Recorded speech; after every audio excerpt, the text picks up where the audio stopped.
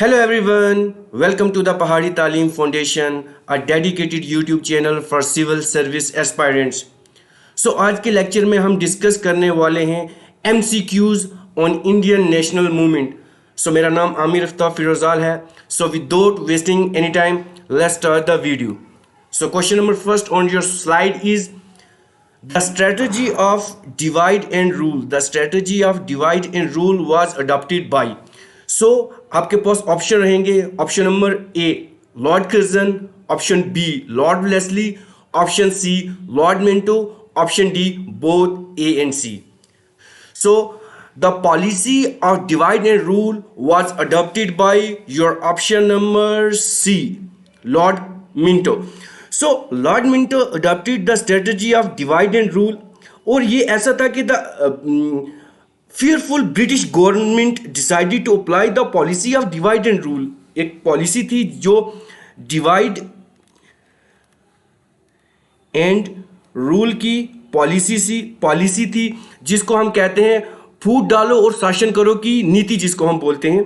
तो इसमें क्या हुआ था, they are trying to break the unity of the people. जितने भी लोग थे उनके बीच की जो यूनिटी थी उसको ब्रेक करना चाहते थे. And Lord Minto also decided to make the Indian Muslim against the Hindus and the Congress. उसका ये एक मकसद था कि जितने भी मुस्लिम्स हैं उनको अगेंस्ट करना है, किसके, हिंदूज, और अगेंस्ट कांग्रेस के साथ करना था. ये क्वेश्चन काफ़ी बार एग्जाम में आ चुका है. और इसके साथ कुछ और भी आपको हम एक्सप्लेनेशन इसकी दे देते हैं, कुछ और पॉइंट. जैसे कि एग्जामिनेशन में ये भी पूछा जाता है कि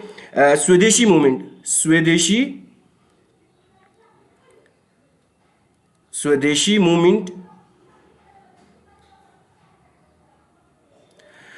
मूवमेंट जो थी वो लॉर्ड मिंटो के टेन्योर में हुई थी. और ये हुई थी अगर देखा जाए 1906 टू 1908.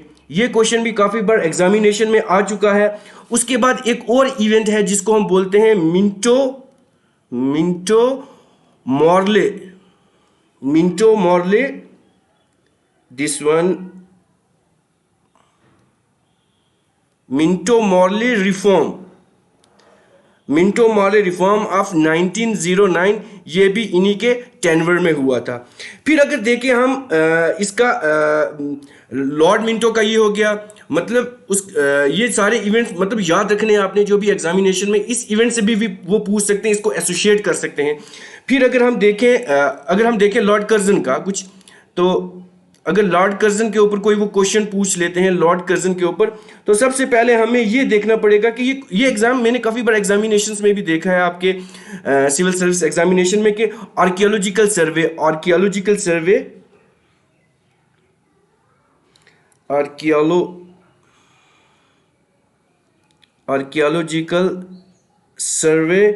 Of India.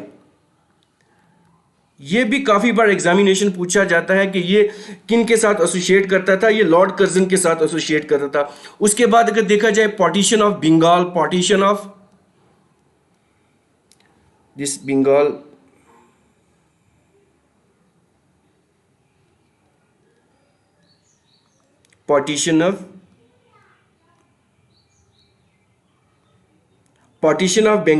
तो ये भी इन्हीं के साथ एसोसिएट करती है इन 1905.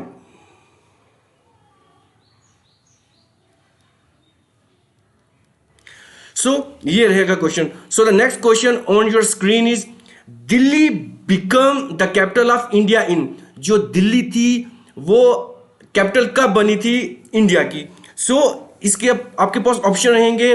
This one is 1910, 1910, 1911, 1916 and 1923. So the right answer for this question is 1911. So on December 12, 1911 को ये जो था हमारी जो दिल्ली थी वो इंडिया की कैपिटल बनी थी. And at the historic durbar movement, जो कि दरबार मूवमेंट था जिसको George fifth the emperor of British empire proclaim the shifting of the capital of India from Calcutta to Delhi. क्योंकि जो पहली कैपिटल होती थी वो कलकत्ता होती थी कलकत्ता, तो उसके बाद ये शिफ्ट होके दिल्ली में इन्होंने शिफ्ट की थी। सो आपके पास ऑप्शन ये है और आपका आंसर रहेगा the Delhi become the capital of India in 1911 on 12 December. So the next question on your screen is match the following. हमने मैच द फॉलोइंग करने हैं इसमें। अगर देखा जाए नंबर फर्स्ट ए आपके पास रहेगा स्वराजिस्ट पार्टी किसने फॉर्म की थी। उसके बाद देखा जाए हिंदुस्तान सोशलिस्ट रिपब्लिक एसोसिएशन किसने फॉर्म की थी। कांग्रेस सोशलिस्ट पार्टी किसने बनाई थी। कम्युनिस्ट इंटरनेशनल पार्टी किसने बनाई थी। सो हमें ये नीचे दिए गए जितने भी कोर्स हैं इनको मैच करना है। सो अगर देखे जाए स्वराजिस्ट पार्टी जो थी वो हमारी किसने बनाई थी, वो हमारी बनाई थी मोतीलाल नेहरू जी ने, मोतीलाल नेहरू जी ने। सो हमारा ए जो रहेगा वो हमारा ऑप्शन रहेगा दिस वन इज 2। तो हमारे पास 2 है, ये दो पहले ही हमारे ऑड आउट हो जाएंगे। तो इसमें और इसमें हमने देखना है ऑप्शन नंबर सी और डी में। फिर अगर देखें हिंदुस्तान सोशलिस्ट रिपब्लिकन एसोसिएशन कब बनी थी, तो इसको किसने बनाई थी, तो ये हमारे थे चंद्रशेखर आजाद जी, इन्होंने बनाई थी। सो द ऑप्शन बी का जो आएगा हमारे पास 3 आएगा। तो अगर हम देखें 3 हमारे पास ऑप्शन ऑप्शन नंबर सी में आ रहा है, ठीक है। तो वो 4 जो है वो डी में आ रहा है, तो इसलिए उसको भी हम आउट आउट कर देते हैं। सो हमारे पास ऑप्शन रहेंगे 2, 3, 1 एंड 4। तो अगर हम देखेंगे जो कांग्रेस सोशलिस्ट पार्टी है वो किसने बनाई थी, वो आचार्य नरेंद्र देव ने बनाई थी, और कम्युनिस्ट इंटरनेशनल हमारी MN रॉय ने बनाई थी। So the next question on your screen is which of the following institution was not formed by Mahatma Gandhi. कौन से इंस्टीट्यूशन थे, कौन सा इन नीचे दिए हुए ऑप्शंस में से इंस्टीट्यूट थे जो महात्मा गांधी ने नहीं बनाए थे। सो हमारे पास ऑप्शन ए रहेगा फिनिक्स आश्रम, बी ऑप्शन रहेगा हमारे पास रामकृष्ण मिशन, सी ऑप्शन हमारे पास रहेगा सेवाग्राम आश्रम, और डी हमारे पास रहेगा साबरमती आश्रम। सो जैसे कि हम सबको पता ही है कि एक बेसिक क्वेश्चन है, इसमें से फिनिक्स जो था वो भी महात्मा गांधी जी ने बनाया था, सेवाग्राम आश्रम ये भी महात्मा गांधी जी ने बनाया था, और साबरमती आश्रम ये भी महात्मा गांधी जी ने बनाया था, और रामकृष्ण मिशन जो था ये महात्मा गांधी जी ने नहीं बनाया था। सो इसका ऑप्शन बी जो है वो राइट आंसर रहेगा हमारा option B Ramakrishna Mission. So Ramakrishna Mission के ऊपर हम कुछ डिस्कस कर लेते हैं कि Ramakrishna Mission was founded near Calcutta, जो अब हम उसको कोलकाता बोलते हैं, बाय विवेकानंद। तो जो ये था रामकृष्ण मिशन जो था ये विवेकानंद जी ने बनाया था इन 1897 में। सो इसमें क्या था, जब इन्होंने ये बनाया with this 2-fold purpose, 2 purpose थे इसके। फर्स्ट पर्पस ये था कि to teach to spread the teaching of Vedanta as embody in the life of the Hindus saint Ramakrishna, एक इनका ये था एस्पेक्ट। और दूसरा फोल्ड ये था कि to improve the social condition of Indian people, जो इंडियन पीपल जो थे उनकी जो सोशल कंडीशंस जो थी उनको इंप्रूव करने के लिए ये मिशन बनाया गया था। सो जो इसका आंसर रहेगा इन दिए गए ऑप्शंस में थे, जो महात्मा गांधी जी ने जो इंस्टीट्यूट नहीं बनाया था वो रामकृष्ण मिशन था। और अगर ये क्वेश्चन किसी और डायमेंशन में पूछ लेते हैं कि कौन से इंस्टीट्यूट थे जो महात्मा गांधी जी ने बनाए थे, तो उनमें से आपने ये अपने माइंड में रख लेने हैं। एक था फिनिक्स आश्रम, एक सेवाग्राम आश्रम और एक साबरमती आश्रम। So the question number this one is third on your screen is Swaraj as a national demand was first made by, जो स्वराज थी उसकी सबसे पहले डिमांड किसने की थी। so the option with you is Chittaranjan Das, B option Jawaharlal Nehru, D option Dadabhai Naoroji and D option is Bal Gangadhar Tilak.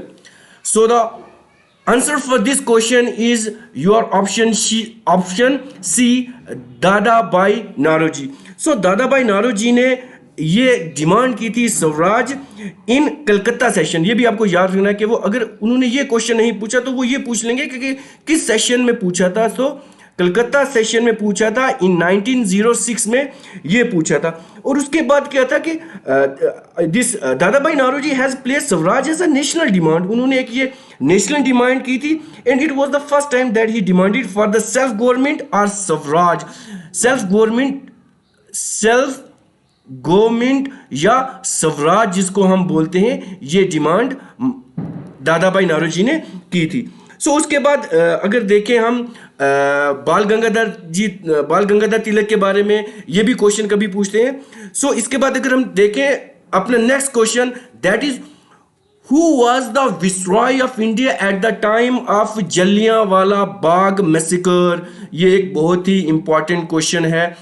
So the options on your screen is Lord Curzon, Lord Hadinage, Lord Chelmsford, Lord Iron. So the right answer for this question is your Lord Chelmsford. So the Lord Chelmsford was a viceroy of India when Jallianwala Bagh massacre took place on this 13th of April 1919। ये question भी मैंने काफ़ी बार जेके PSC के exam में देखा है कि Jallianwala Bagh massacre की डेट उन्होंने पूछी थी, तो कब हुई थी? This one is on 13th of April 1919। तो ये क्वेश्चन भी काफ़ी बार एग्जाम में आ चुका है। सो अगर हम कुछ लॉर्ड क्लेमफोर्ड के बारे में कुछ अगर हम पॉइंट डिस्कस करें, अगर देखें हम लॉर्ड क्लेमफोर्ड के टेन्योर में कुछ इवेंट्स हुए थे, उसमें सबसे पहले अगर देखें तो इन 1915 गांधी जी रिटर्न जो थे वो गांधी जी रिटर्न आए थे साउथ अफ्रीका से गांधी जी। फिर उसके बाद and he founded the Sabarmati आश्रम, तो उन्होंने साबरमती आश्रम जो था साबरमती आश्रम उन्होंने फाउंड किया था। इसकी भी कभी डेट पूछ लेते हैं, इन 1916 में ये इनकी डेट है। फिर उसके बाद अगर और कुछ इवेंट्स हैं हमारे पास, चंपारण सत्याग्रह हुई थी, फिर सत्याग्रह एट अहमदाबाद हुई थी इन 1918 में हुई थी। फिर अगर हम देखें खेड़ा सत्याग्रह KHEDA खेड़ा सत्याग्रह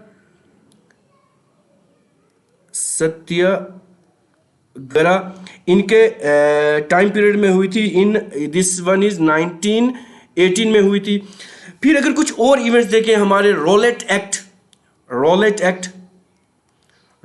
एक्ट जिसको हम ब्लैक एक्ट भी बोलते हैं, रोलेट एक्ट, ब्लैक एक्ट, ये भी 1919 में हुआ था। और भी काफ़ी सारे इवेंट्स इनके टेन्योर में हुए थे, ठीक है। And this is all about this question. So the who is the viceroy of India at the time of Jallianwala Bagh massacre? So the Lord Chelmsford is your answer. So the question number next on your screen is the Indian Independence League was set up. जो Indian Independence League थी वो किसने setup की थी? So the options that is with you are Ras Bihari Bose, S.M. Joshi, Jayaprakash Narayan, Aruna Asaf Ali. यहाँ पे थोड़ा सा एरर है, Aruna Asaf Ali.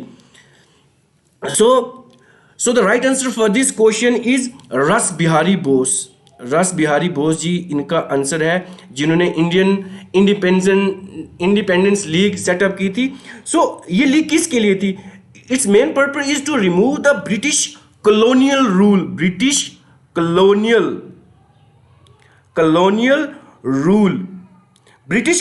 Rule over India में जितना था। फिर उसके बाद this one Ras Bihari Bose ji was a veteran freedom, ये सबको पता है। तो ये इंडियन इंडिपेंडेंस लीग इन्होंने कब बनाई थी? तो इंडियन इंडिपेंडेंस लीग इन्होंने 1942 में बनाई थी एट टोक्यो। ये भी याद रखना क्योंकि ये क्वेश्चन काफ़ी बार पूछ लेते हैं एग्जामिनर के, किस जगह पे बनाई गई थी? तो टोक्यो जापान में ये लीग बनाई गई थी। So the next question on your screen is Harijan Sevak Sangh was organized by. So the options are option A Raja Ram Mohan Rai ji, Dr. B.R. Ambedkar ji, option C Mahatma Gandhi ji, Dr. D. Annie Besant. So the right answer for this question is Mahatma Gandhi ji, जिन्होंने हरिजन सेवक संघ organise की थी। So this Harijan Sevak Sangh is a non profitable organisation. ये एक non profitable organisation थी जो महात्मा गांधी जी ने found की थी इन 1932 में। 1932 में इन्होंने हरिजन सेवक संघ बनाई थी और इनका मेन मकसद ये था कि टू इरेडिकेट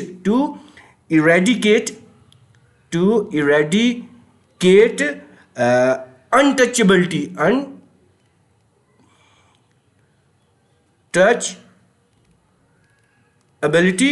इन इंडिया। जो अनटचेबिलिटी थी इंडिया से, उसको रिमूव करने का ये हरिजन सेवक संघ का मेन मकसद था। और उसके बाद they are working for the Harijans और the Dalit peoples in the upliftment of the depress class of the India. जितने भी दलित थे और जितने भी डिप्रेस्ड क्लास थी जो, उनको अपलिफ्टमेंट करने के लिए ये हरिजन सेवक संघ बनाई गई थी। So the next question on your screen is the first movement launched against the British India was. जो ब्रिटिश इंडिया में ब्रिटिश के against movement, first Indian movement launch की गई थी, वो कौन थी? So the options are Khilafat movement, Swadeshi movement, non corporation movement, quit India movement. So the answer for this question is Swadeshi movement. Your option B is right.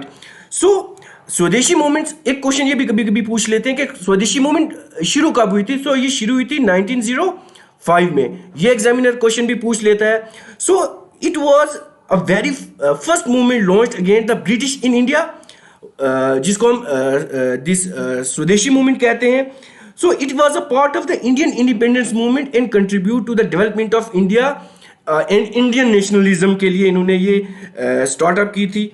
तो अगर देखा जाए स्वदेशी मूवमेंट स्टार्ट जब हुई थी, दैट वाज स्टार्टेड ऑन 7 अगस्त 1905 में ये सेटअप हुई थी। सो इसका जो आंसर रहेगा वो स्वदेशी मूवमेंट रहेगा। अगर हम कुछ दिस वन खिलाफत के बारे में, खिलाफत मूवमेंट के बारे में डिस्कस करें, तो खिलाफत मूवमेंट और the caliphates movement is also known as the Indian Muslim movement that start from this 1919 to 1924 तक ये मूवमेंट रही है, खिलाफत मूवमेंट। ठीक है। So it was a pan Islamist political protest. तो that was against campaign that was launched by the Muslim of British India. तो ये इनके साथ ही। And the next question on your screen is the first women's university in India was founded by. जो सबसे पहली university थी, women's university थी, वो किसने फाउंड की थी? तो आपके पास ऑप्शन रहेंगे। Option A Mahatma Gandhi ji, option B J.C. Kumarappa, option C Dhondo Karve Keshav Karve, and option C आपके पास रहेगा Rani Ahilya Devi. So the right answer for this question is your option number C, Dhondo Keshav Karve. So the university was founded by this full name that Maharshi doctor Dhondo Keshav Karve. सो ये कब found की गई थी? ये फाउंड की गई थी 1916 में फॉर अ नोबल काज। एक नोबल काज था to bring the women's uplifting, उनकी एजुकेशन को अपलिफ्ट करने के लिए बनी थी। So this women's university is the first women university in India as well as in the south east Asia. ये साउथ ईस्ट एशिया की भी पहली यूनिवर्सिटी थी। So the next question on your screen is who among the following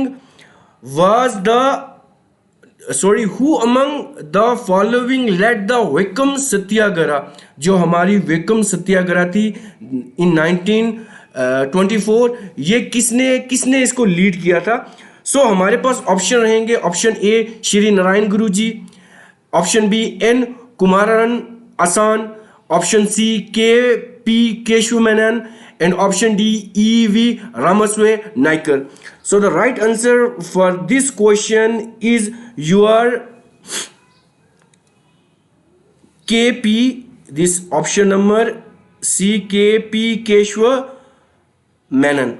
सो केशव मेनन जी ने ये इसको जो वैक्कम सत्याग्रह था इन्होंने लीड किया था. So the next question on your screen is the first Indian leader to undergo imprisonment in 1882 was, जिन्होंने वो पहला कौन सा इंडियन लीडर था जिनको 1882 में इम्प्रिजमेंट जेल कर दी गई थी. So the options are BC Bal Gangadhar Tilak ji, option B C Vijay Raghava Acharya, option C Ashwini Kumar Dutta, option D Bipin Chandrapal. So the right answer for this question is your option B C Vijay Raghava, C Vijay Raghav Acharya. So इनको जब इम्प्रिजमेंट दी गई थी, he was the first Indian leader who undergo the imprisonment in 1882. So अगर देखिए इनका पूरा नाम था चक्रवर्ती विजय राघव आचार्य. सो इनका अगर देखें हम, दिस वन इज इनका 18 जून 1852 टू दिस 19 अप्रैल 1944 तक इनका ये सेशन रहा. मतलब यहाँ तक इनकी ये बर्थ और डेथ टेन्योर था. टेन्योर नहीं कहा जाएगा, sorry, this one is birth और डेथ की इनकी जो डेट्स हैं. So he was in Indian politicians. He rose to prominence following his appeal against the Charles Lines to have the instigated to the Hindu and also Muslim right in Slim. एक जगह थी जो अभी तमिलनाडु में है, ठीक है जी. फिर अगर हम देखें कि ये सारा इन पे मतलब डिफरेंट डायमेंशन पे क्वेश्चन आपको पूछे जाएंगे, तो आपको डिफरेंट डायमेंशन से जाके इनको चेकआउट करना है. So the next question on your screen is eight which Congress session did दादा भाई नारोजी, कौन से कांग्रेस सेशन में दादा भाई Naoroji announce that the Swaraj was a goal of Indian political effects, Indian political efforts के लिए था. So the options are 1886 Calcutta session, 1893 Lahore session, 1905 Banaras session and option D 1906 Calcutta session. So हमारे पास इसका ऑप्शन रहेगा option number D, that is 1906 Calcutta session. So in Calcutta session of 1906 under the leadership of Dada भाई Naoroji, Congress adopted Swaraj as a goal of the Indian people. तो ये इन्होंने गोल adopt किया था इंडियन इंडिपेंडेंस पीपल्स के लिए. सो the next questions on your screen is who gave the slogan Inquilab जिंदाबाद, जिन्होंने ये स्लोगन दिया था कि इनकलाब जिंदाबाद. तो आपके पास ऑप्शन रहेंगे, option A Hasrat Mohani, option B Mahatma Gandhi ji, option C Bhagat Singh and option D SC Bose. So the right answer for this question is your option number A Hasrat Mohani. Hasrat Mohani ji ने ये he was the first who give the slogan Inquilab Zindabad. So the slogan Inquilab Zindabad was coined by this eminent Urdu poet, this जो हमारे हसरत मोहानी जी हैं. So he was also an Indian freedom fighter and a leader of the Indian national Congress in 1921 में. ये उस session में ये भी रहे थे. So although this slogan was popularized by Bhagat Singh, जो भगत सिंह जी थे, भगत सिंह जी थे, इन्होंने पॉपुलराइज ये स्लोगन किया था Inquilab Zindabad during this 1907 to 1931 and after late 20s हम इनको बोल सकते हैं, लेट 1920s में इन्होंने ये जो था स्लोगन पॉपुलर किया था. तो उसके बाद अगर देखा जाए, it is regarded as the Hindustani phrase which mean long live the revolution.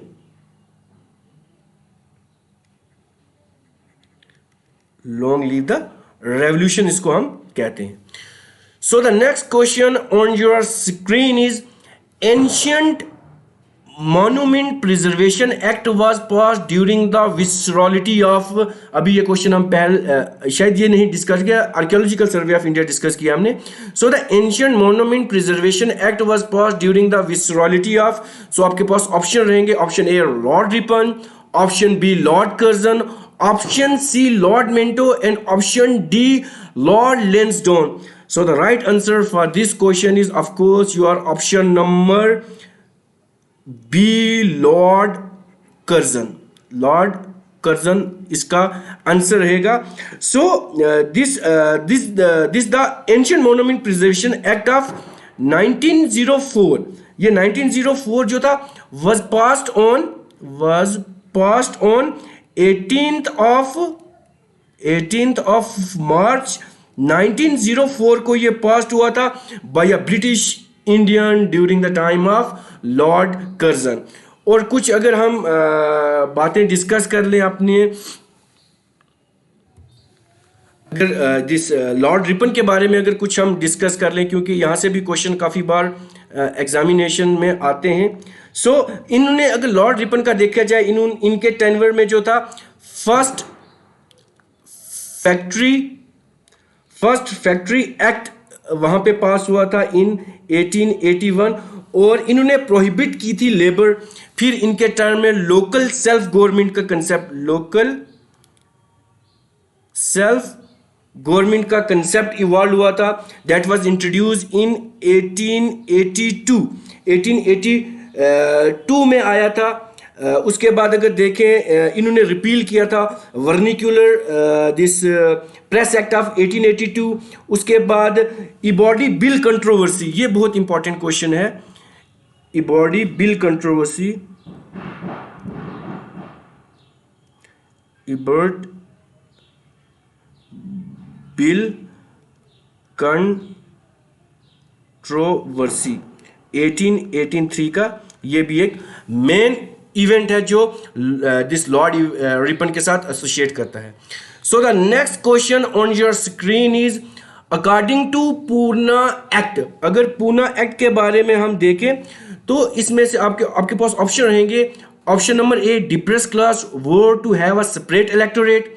Option B आपके पास रहेगा Sikhs and Indian Christian would get minority status. Option C रहेगा आपके पास the number of the seat reserve for a depress class were nearly double. And option D आपके पास रहेगा the candidate for the depress classes seats would be chosen by the Congress in consultations with the depress class federations. So हमारे पास इसका option रहेगा option number C, that is the number of the seats reserved for the depressed classes were nearly double. So Pune Pact में हुआ क्या था? Actually this event comprises of the Pune Act was an agreement between Mahatma Gandhi ji MK Gandhi ji और BR Ambedkar ji के बीच हुआ था. On behalf of Dalit, depressed class and the upper caste Hindus leader on the reservation of this electorate seats for the depressed classes in the British legislature of India in 1932 में ये चीज़ें discuss हुई थी. तो ये question भी पूछा जाता है कभी कभी एग्जामिनेशन में कि पूना पैक्ट किन किन के बीच हुआ था. तो आपने वहाँ पे ऑप्शन मार्क करना है MK गांधी जी और BR अम्बेडकर के बीच ये एक्ट जो है पूना पैक्ट हुआ था. So the next question on your screen is who established the Hindustan socialist republic army. Hindustan socialist republic army किसने एस्टैब्लिश की थी? सो आपके पास ऑप्शन रहेंगे. Option A SC Bose, option B Ras Bihari Bose, option C Chandrashekhar Azad, option D Sardar Bhagat Singh ji. So आपके पास ऑप्शन रहेगा इसका Hindustani socialist republican army was founded in this कुछ मैं आपको इवेंट्स बताया 1928. So Hindustan socialist republic association was a revolutionary organization. This one is also known as Hindustan socialist republican army. So ये establish कहाँ हुई थी? ये फिरोज शाह कोटला में हुई थी. ये भी याद रखना, फिरोज शाह कोटला कोटला, जो कि न्यू दिल्ली में है। सो किसने इसको इस्टेब्लिश किया था? So the option C, this one is Chandrashekhar Azad ji ने ये इस्टेब्लिश की थी। इनके साथ और भी कुछ रिवोल्यूशनरी फाइटर्स थे, जिनमें अशफाकुल्ला खान थे, भगत सिंह जी थे, सुखदेव थे, उसके बाद थापर एंड योगेश चंद्र चटर्जी, ये भी इनके साथ उस टाइम पे थे। So the next question on your screen is the birth and the death year of B.R. Ambedkar are. So आपके पास ऑप्शन मेंशन किए गए हैं। Option A 1886 to 1951, option B 1891 to 1956, option C 1877 to 1961 and option D is 1889 to 1961. So the right answer for this question is your 1981 to 1956. So the option B is your right answer. So B.R. Ambedkar के बारे में आपको और भी काफ़ी सारी, he was a chairman of this drafting committee. So the question, next question on your screen is, who was called the British ruler? Who was called the British ruler as a leader of Indian unrest? काफ़ी बार ये question आपके examination में आ चुका है और directly या indirectly दोबारा भी आने के चांसेस हो सकते हैं। इस क्वेश्चन को वो किसी भी डायमेंशन में इसको रिलेट करके पूछ सकते हैं। सो आपके पास ऑप्शन रहेंगे। Option A Gopal Krishna Gokhale, Subhash Chandra Bose, Bal Gangadhar Tilak ji, Mahatma Gandhi. So the right answer for this question is your option number C, that is Bal Gangadhar Tilak. So the Bal Gangadhar Tilak was the first leader of Indian independence movement. उसके बाद अगर देखा जाए, the British colonial authority called him the father of Indian unrest. इनको father of Indian unrest भी कहा गया. और भी इनको काफ़ी सारे टाइटल मिले गए हैं. He was also conferred with the title like Lokmanya, which mean like accepted by the people as a leader. ये भी कहा गया है. So the next question on your screen is, who among the following is known as the heroine of 1942 Quit India movement? So आपके पास option रहेंगे. Option A रहेगा doctor Annie Besant, this option B Suchitra Kripalani, option C Aruna Asaf Ali, option D Sarojini Naidu. So the right answer for this question is your option number C, that is Aruna Asif Ali.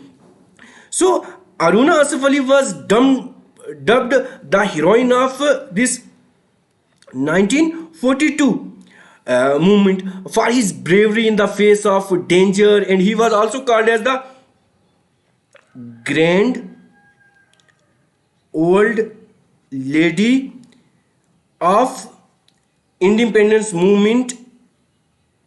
in her later years उनको ये भी कहा जाता है, she was also married to this Asif Ali. फिर उनके बीच जो आसिफ अली थे, he was a prominent lawyer and he was a Congress leader of Delhi during उनके tenure में रहा था.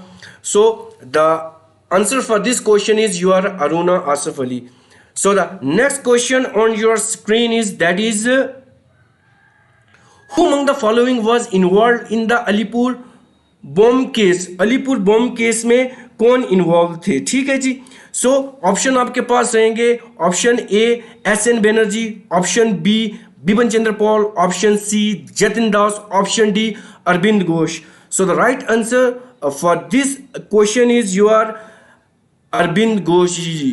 Your option D is your right answer. So Shri Arvind Ghosh was arrested in the aftermath of the number of the bomb outrage linked to his organization in a public trial where he faced charge of treasons for the this Alipur conspiracy. तो ये भी काफ़ी बार examination में question आ चुका है. So the next question on your screen is, that is the title of Punjab Kesari. The title of Punjab Kesari was conferred on.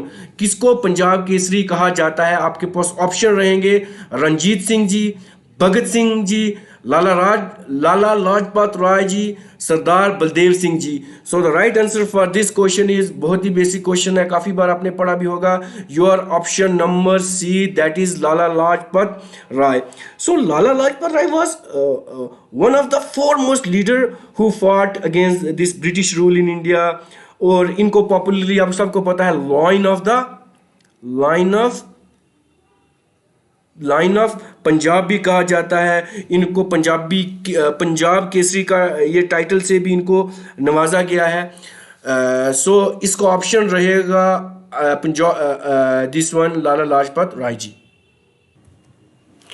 So the next question on your screen is, that is the non cooperation movement was bundled by और launched by. So आपके पास option रहेंगे, option A Jawaharlal Nehru, option B Dadabhai Naoroji, option C Chittaranjan Das, और option D Mahatma Gandhi ji. So the right answer for this question is your option D, that is Mahatma Gandhi ji. So this non-corporation movement actually was a political campaign that is launched on this ये भी date काफ़ी बार पूछते हैं, 1 सितंबर 1920 को ये launch हुई थी bye महात्मा गांधी जी। तो इनका मेन मकसद क्या था? To have Indian revoke their corporation from the British government with the aim of persuading thems to grant self governance. उनको सेल्फ गवर्नेंस चाहिए थी। फिर उसके बाद देखा जाए, ये जो नॉन कॉर्पोरेशन मूवमेंट थी, ये जो थी कब तक रही थी? 1922 तक रही थी। सो it was the first mass based political movement. ये भी काफ़ी बार एग्जामिनेशन में पूछते हैं कि first mass based political movement जो थी वो अंडर गांधी जी के जो टाइम पे हुई थी, या अंडर गांधी जी के लीडरशिप में हुई थी, तो वो कौन सी थी? This one is non corporation movement. सो ये क्वेश्चन भी काफ़ी बार एग्जामिनेशन में पूछ चुके हैं। और अगर देखा जाए साथ में कुछ अगर और इवेंट्स जैसे मैं रिकॉल कर पा रहा हूँ, this movement was one of the Gandhi ji's first organized act of a large scale satyagraha, इसको ये भी कहते हैं। सो इसका ऑप्शन जो आंसर रहेगा, non corporation movement was bundled by, that is Mahatma Gandhi ji. So the next question on your screen is, which viceroy conference the Shimla conference in 1945 में किस विसरॉय ने शिमला कॉन्फ्रेंस को कन्वीन किया था? सो आपके पास ऑप्शन ए रहेगा लॉर्ड माउंटबेटन, बी रहेगा Lord this one is Lord Wavell, Lord Linlithgow, and Lord Chelmsford. So the right answer for this question is your Lord Wavell. So Lord Wavell is the viceroy of that time that convened the Shimla Conference. So अगर हम कुछ और point discuss करें like Lord Linlithgow के ऊपर, so during this period of Lord Linlithgow, Congress ministry जो थी resigned and celebrated as a deliverance day. उनके टाइम पे एक ये इवेंट था, डिलीवरेंस डे जो था, ये भी सेलिब्रेट किया गया था बाय मुस्लिम लीग। ये मुस्लिम लीग ने ये सेलिब्रेट किया था इन 1939। अगर कुछ और इवेंट देखें इस टाइम पे, इनके टेन्योर में टू नेशन थ्योरी ये ऑप्ट की थी, मोहम्मद अली जिन्ना ने प्रपोन की थी। फिर उसके बाद यहाँ पे क्या हुआ था? Outbreak of the world war second का आउटब्रेक हुआ था, वो भी इन 1939। सो उसके बाद एक और मोस्ट इंपॉर्टेंट है क्रिप मिशन जो था इन 1942 में ये भी आया था। उसके बाद अगर देखें quit India movement in this one establish in also in 1942, और इसकी कभी कभी डेट भी पूछ लेते हैं एग्जामिनेशन में, तो ये 8th ऑफ अगस्त 1942 में हुई थी। कुछ और पॉइंट हम अगर डिस्कस करें, this one is Lord Mountbatten के। सो लॉर्ड बैटन के कुछ। So he was the last viceroy of British India and the first governor general of the free India. ये फर्स्ट गवर्नर गवर्नर जनरल थे हमारे फ्री इंडिया के। सो उसके बाद और भी काफ़ी सारे इवेंट्स हैं, या डायरेक्टली या इनडायरेक्टली आपके एग्जामिनेशन में वो पूछेंगे। फिर और भी काफ़ी सारे एग्ज़ाम जैसे कि एक बार ये हाँ लॉर्ड रीडिंग के ऊपर पूछ लेते हैं। ये जेके पीएससी के एग्ज़ाम में पूछा गया था लॉर्ड दिस रीडिंग के बारे में कि चोरी चोरा इंसिडेंट जो था, चोरी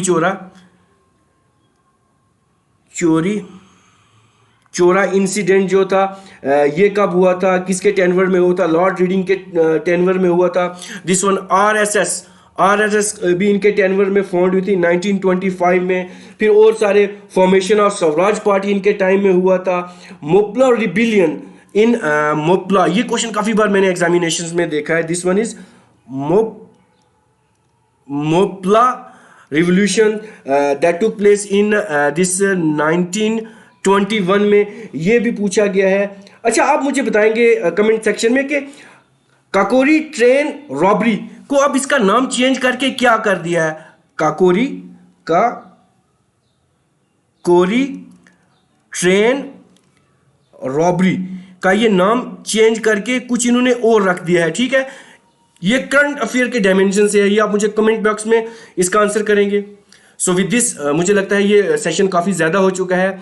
सो आपको ये लेक्चर सेशन कैसा लगा आप हमें कमेंट कर सकते हैं।